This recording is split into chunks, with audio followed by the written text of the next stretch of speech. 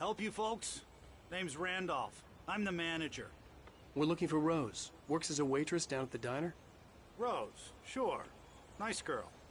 Who wants to know? I'm Alan Wake. The writer, huh? I heard on the radio you were visiting. Well, I'll show you her trailer. That Rose, she's a nice girl. Always pays her rent on time. As I was saying, Al, I found all sorts of weird stuff from the local newspaper's archives. This place is crazy. Disappearances, mysterious deaths, urban legends come true, and get this, most of this stuff takes place around Cauldron Lake. Well, you ain't wrong, mister. The Indians thought the lake was a doorway to the underworld. I'm the God-fearing type myself. I don't hold with that sort of thing. Yeah, okay. Anyway, there was an island there owned by a guy called Thomas Zane. Now, some of the articles I found about him make him out to be a famous writer, but I ran a bunch of searches, couldn't find a single thing he wrote. Zane was heavily into diving, so much so that the place came to be called Diver's Isle. But the volcano under the lake erupted in 1970, and Zane went down with the island. Yeah, how about that? It was there in the morning, as if it had fallen from the sky. But it would take a tornado to lift something like that. We're damn lucky it didn't crush any of the trailers.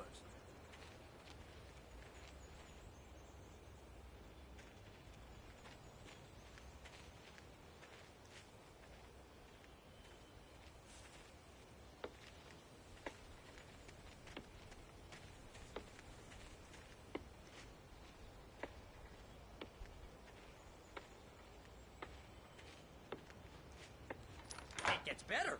A local girl, Barbara Jagger, drowned in Cauldron Lake just a week earlier. They were lovers. Sure, Jagger's a local spook store. The Scratching Hag. Comes for you in the dark. Childish stuff like that. Anyway, Al, I'm just getting to the best part.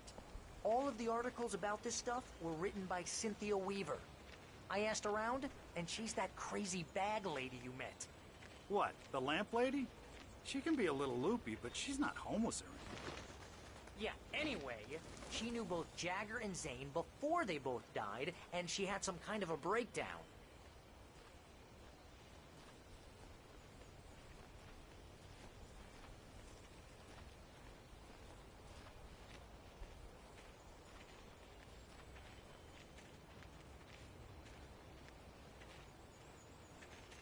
Well, mister, this here's Rose's trailer. You mind me asking what you want with her? We're just here to talk to her, pal.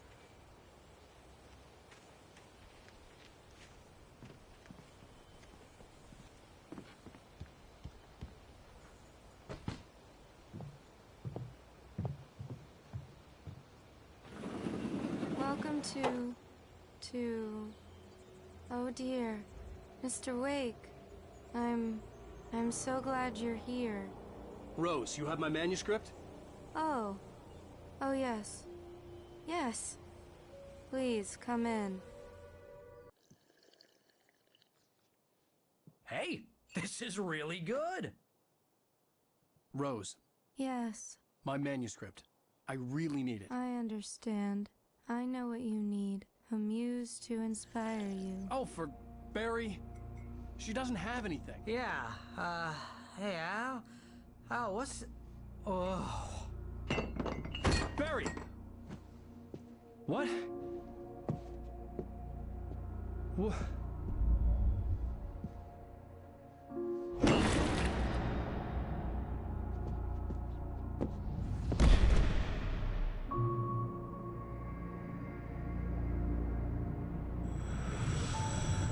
It's coming for you, hiding in my barber's skin. I'm too weak to stop it. You must turn the lights on. I promised I'd come visit you and your lovely wife. You must finish what you started. I insist. You must turn the lights on. Turn the light on. Back to work, boy.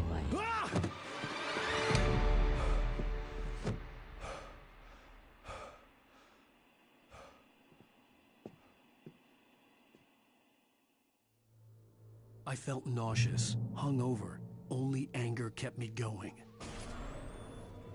I can't tell reality from dream anymore, but it seems I have an imaginary editor to help me. She's an old woman in a funeral dress. I call her Barbara Jagger. She's very strict. I'm writing faster and faster. My manuscript is being heavily revised. The edits are getting very aggressive, and each day there's less of me and more of her. I hate it, but I know she's right. She promises me I can save Alice this way. She knows more of this than I do. About the complex incantation I'm attempting. About this place.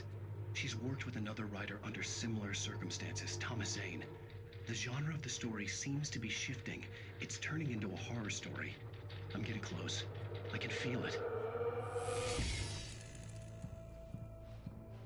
Rose took a day from me. I had less than 12 hours left to meet the kidnapper. All I could do was get Barry into the car, work something out once I got on the road. Barry was out of it. He was way too heavy to carry. You're right. I deserve more money. I'm so handsome.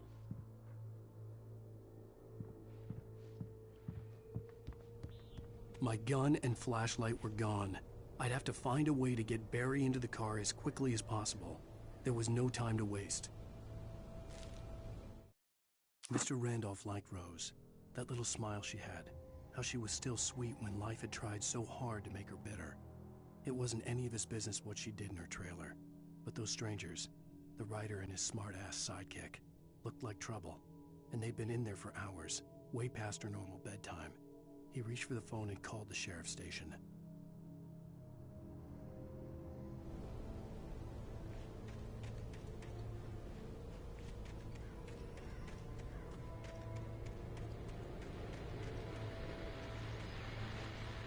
I just stepped outside to catch a breath of fresh air. Let me tell you, the weather's getting heavy. Nights like this make me especially glad I'm here talking to you and not home in bed. Once the weather takes a turn like this, I can't sleep at all. It's all tangled bed sheets and dark thoughts, punctuated by the occasional plunge into nightmare. Is it just me? Well, perhaps it is. But I hope I can make the night a little bit easier to get through. Caller, you're on KBF FM. Hey, Pat, it's Walt Snyder. What's on your mind, Walt? Well, I ain't the way you are, but, well, I can't sleep either, you know?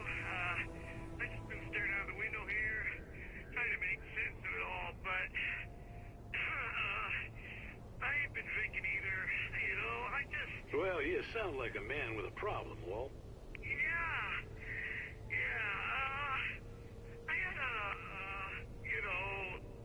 argument with Danny, Danny, and, then I got in trouble with the law, and,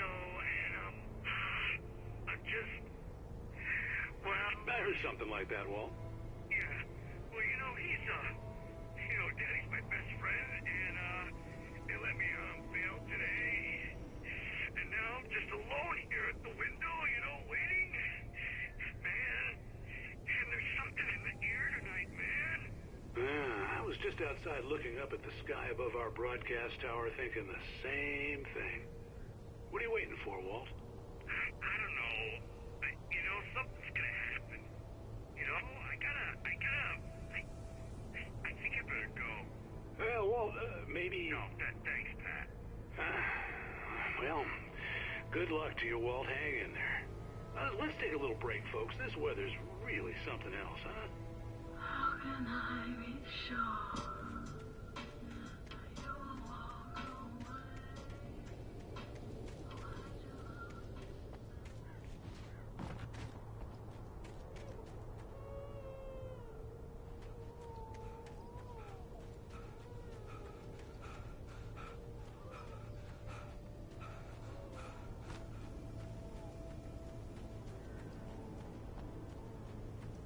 Oh, you're gonna get it now.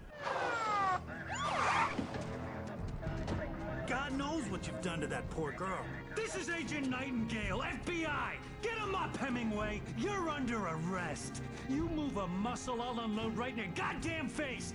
Stay right where you are, Spillane!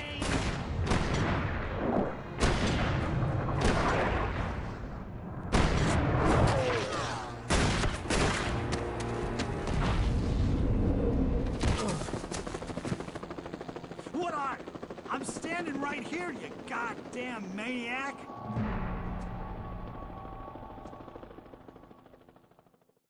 I hated to leave Barry behind, but there was no way I'd miss my appointment with the kidnapper. Give it up, Mr. Wake! Come on! Take it easy!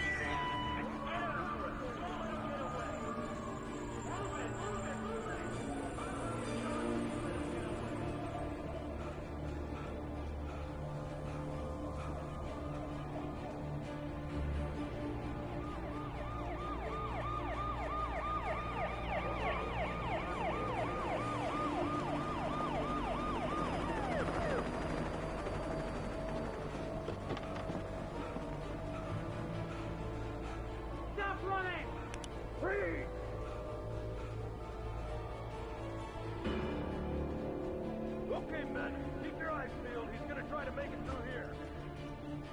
Move out. Oh, damn.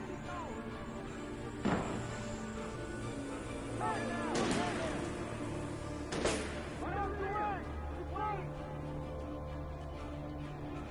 God damn it, ready!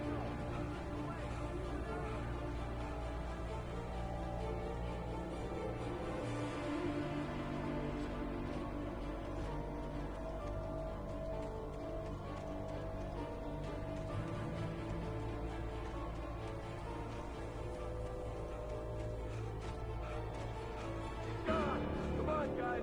We need to head him off.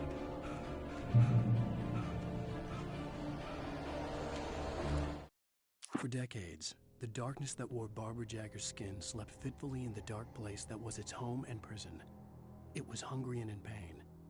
It dreamed of its nights of glory when the poet's writing had called it from the depths and given it a brief, terrible taste of power and freedom. The rock stars had stirred it from the deep sleep the poet had sunk it back to in the end.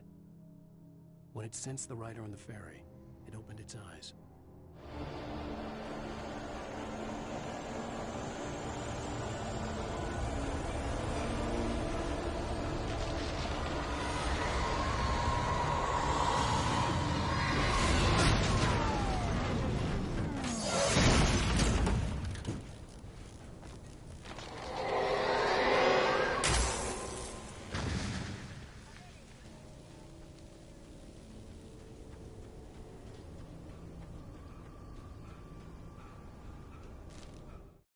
Rose didn't know how the strange old lady got in her trailer, and she looked wrong somehow. The woman showed her teeth in an approximation of a smile and traced a finger down Rose's cheek. "Pretty girl," she said. Rose felt as if she was falling asleep, but her knees didn't buckle. The crone spoke in a whisper, her words ice cold and dark in Rose's ear.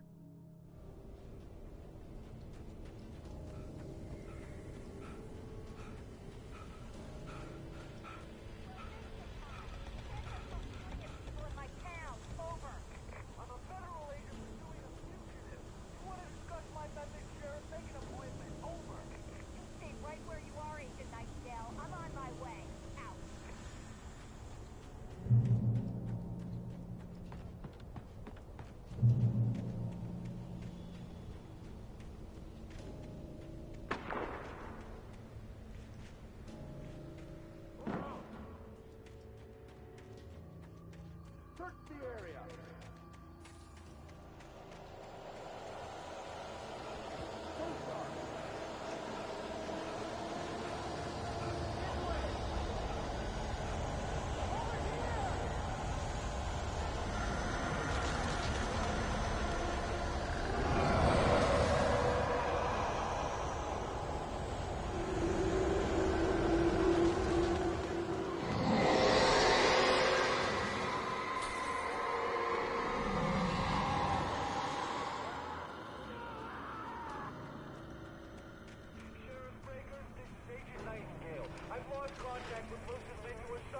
This horror was everywhere I went, circling me.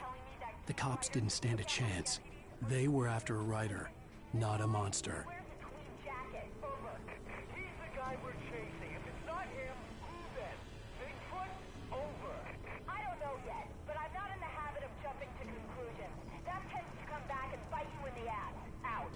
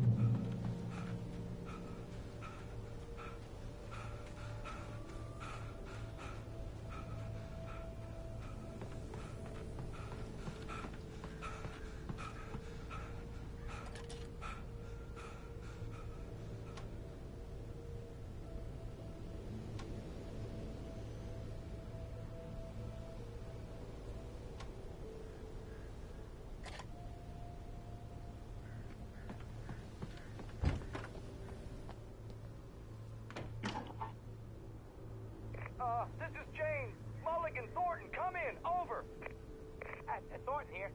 James, we got both Wheeler and Rose in custody. They didn't put up a fight or anything.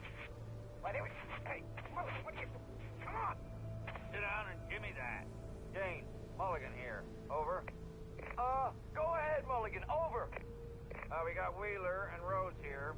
Wheeler's drunk or hopped up on something. Speaking of which, that Fed had a pretty distinctive whiff of Otis Scotch about him, if you know what I mean. Over.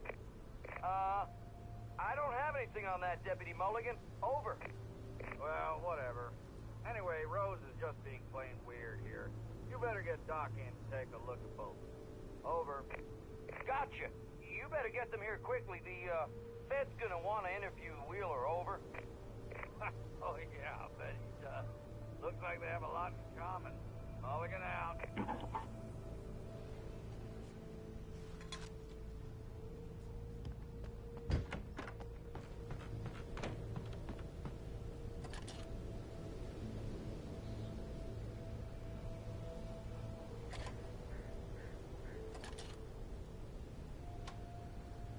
I could see the lights of the radio station in the distance.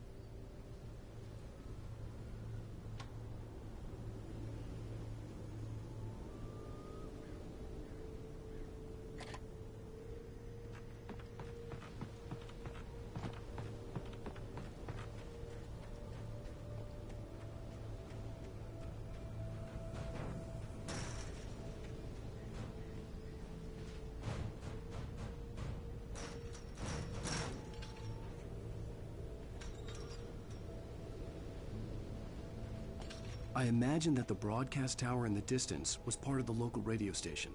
Maine seemed like a decent guy. Perhaps he could give me directions to the coal mine.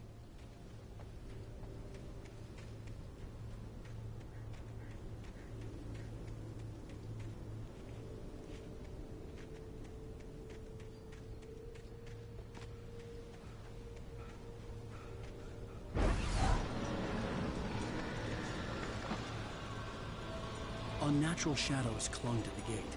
The darkness that was after me was trying to stop me. I wouldn't get through without a light.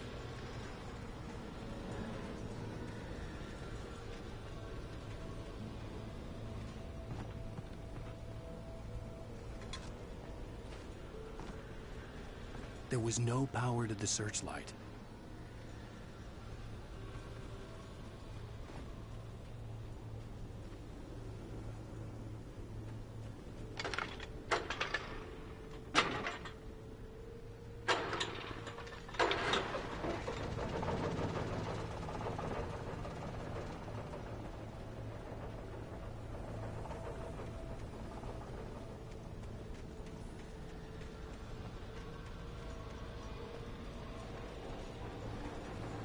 The old generator conked out. I'd have to see if I could fix it and try again.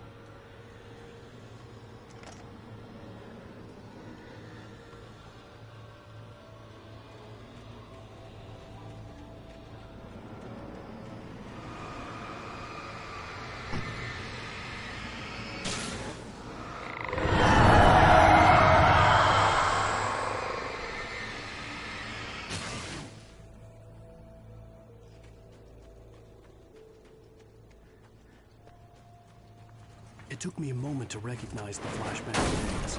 They were an ideal weapon for my situation. Team 1, come in. Over. Team 1, this is Sheriff Breaker. Report. Over.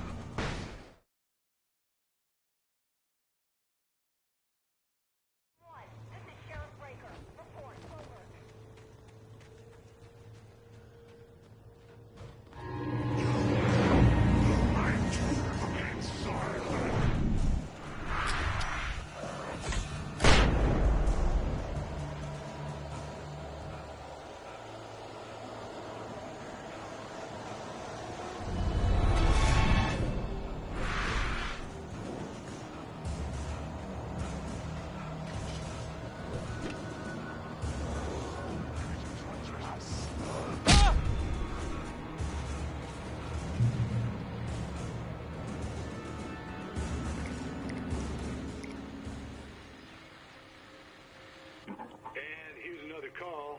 You're on KBF-FM with Pat Maine. It's Milt Peabody, Pat. What's on your mind, Milt? Well, I live near the trailer park, Pat, and there's a big ruckus going on over there. Well, that's just up the road from me, too. What's going on, do you know? I don't know, but there's a bunch of police cars there, lots of sirens, a helicopter buzzing around, and I think I heard some gunshots. Gunshots? Yes, sir, like from a pistol. So can you find out what's going on? Because it's just next door and they're popping off guns there.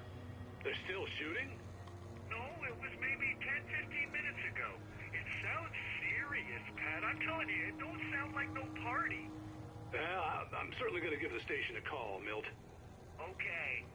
You'll hear it here as soon as I hear from them. Okay, thanks.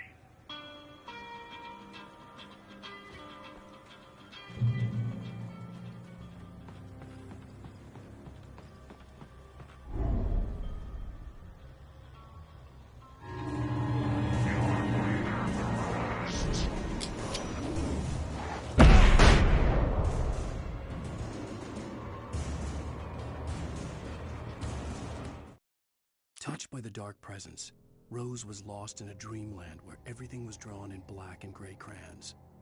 The old lady had promised her that all her wishes would come true. She would be Alan Wake's muse. She was smiling so hard it hurt her face. She crushed a bottle full of sleeping pills into the coffee. Deep down inside, she was screaming in terror.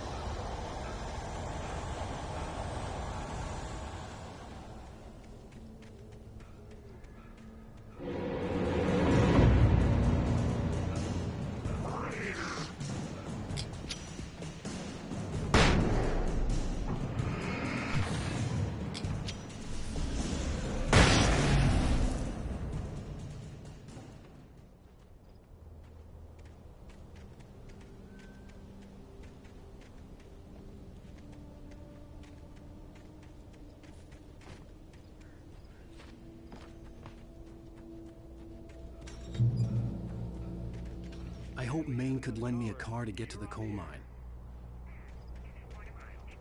Why, hello, Lorna. What do you have for us?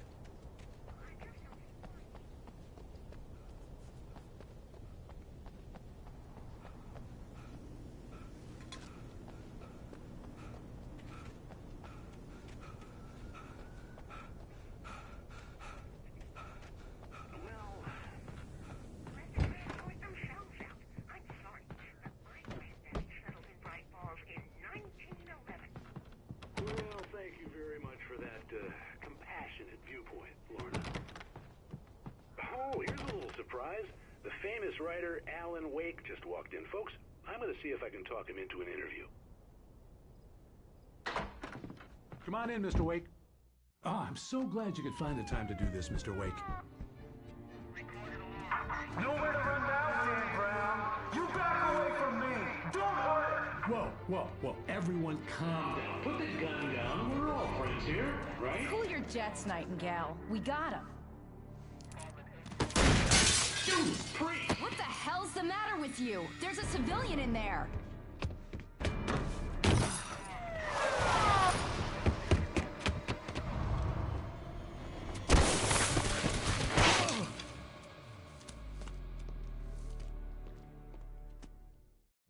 I'll get you yet, even if it kills me. You hear me? You hear me, H.P. Lovecraft? I had fallen off so many cliffs it was ridiculous.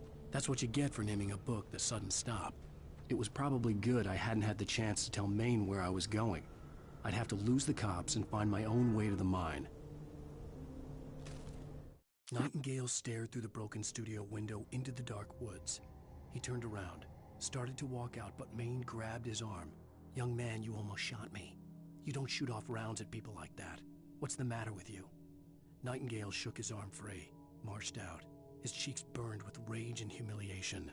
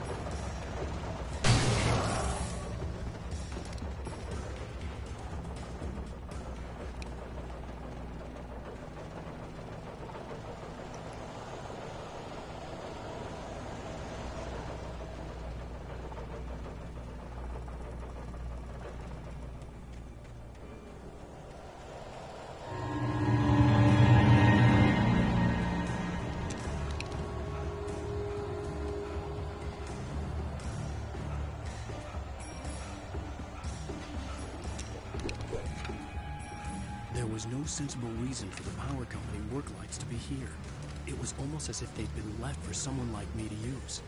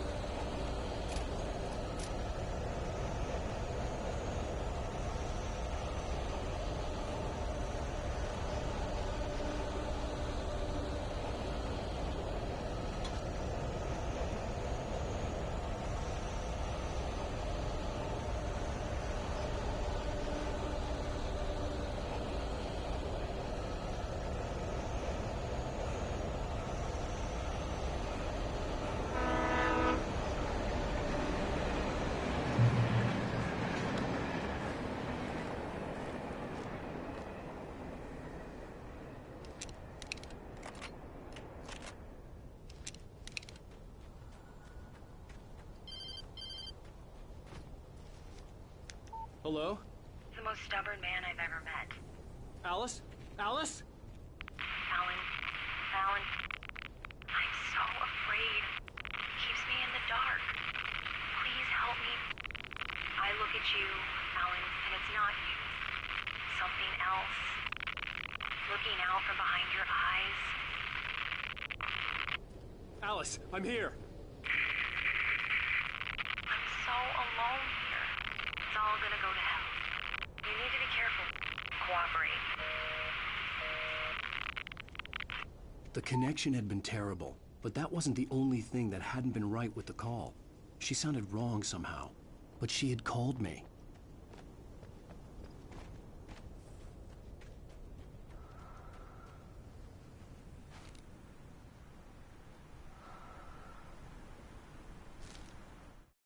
The pipe wrenched itself loose from the bridge's steel framework. Wrapped in darkness, it floated in midair, twitching. For a moment, I didn't understand what I was looking at. The heavy object lurched at me with impossible force. I threw myself out of the way, but just barely. When I turned my flashlight on it, it shook in a dark rage before it flew at me again.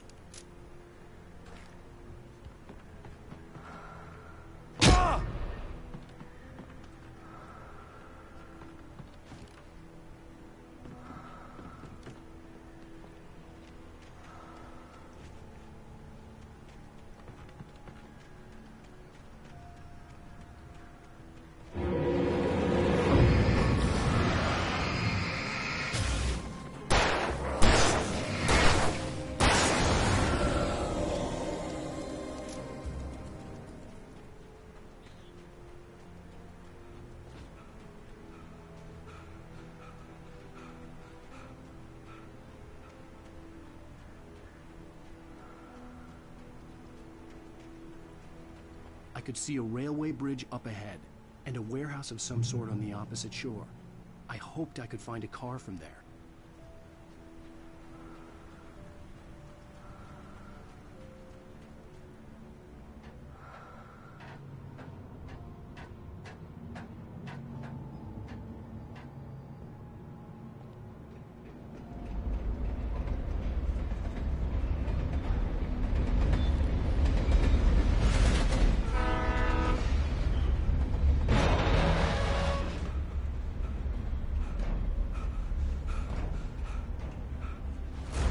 That was pursuing me was growing stronger, and it was taking over everything in its path.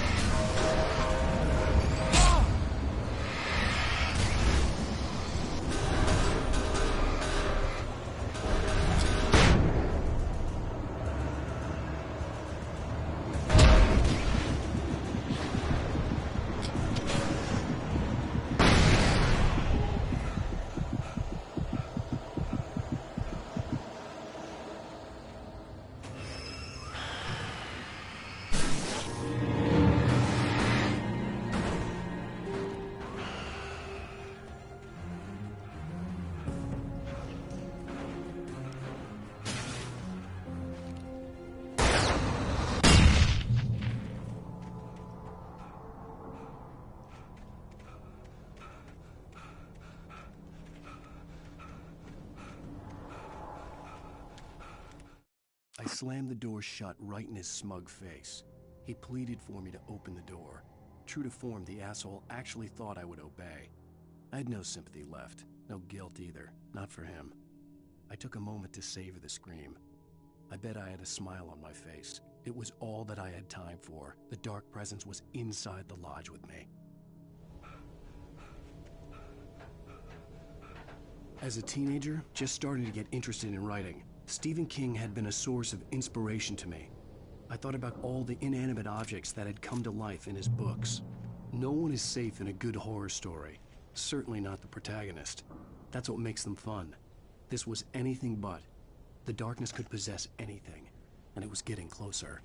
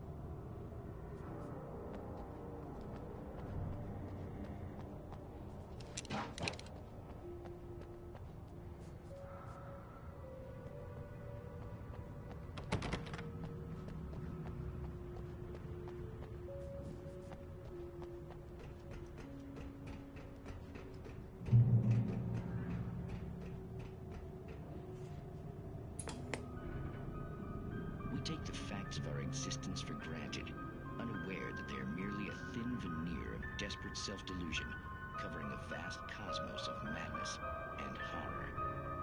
All too often, the stars are right. In Night Springs. Tonight's episode, a family occasion. Journalist Alvin Derlis' trip to study the local customs of an insular community in Night Springs has been less than successful. Until tonight. Well, I'm glad you changed your minds about this. Ancient customs, local mythology. My editor loves this kind of stuff. Well, Mr. Derlith, we don't want to feel like we're on exhibition, but you have demonstrated the seriousness of your intent. Oh, I am serious. Really, just do your thing. I'll stay out of your way and observe. Actually, I thought you could assist us. I'm afraid we are a man short. It would provide you with an intimate perspective. Could I really? Of course, Mr. Derlith. Well, I guess that's the least What would I have to do? Oh, here. Let me show you with a kiss.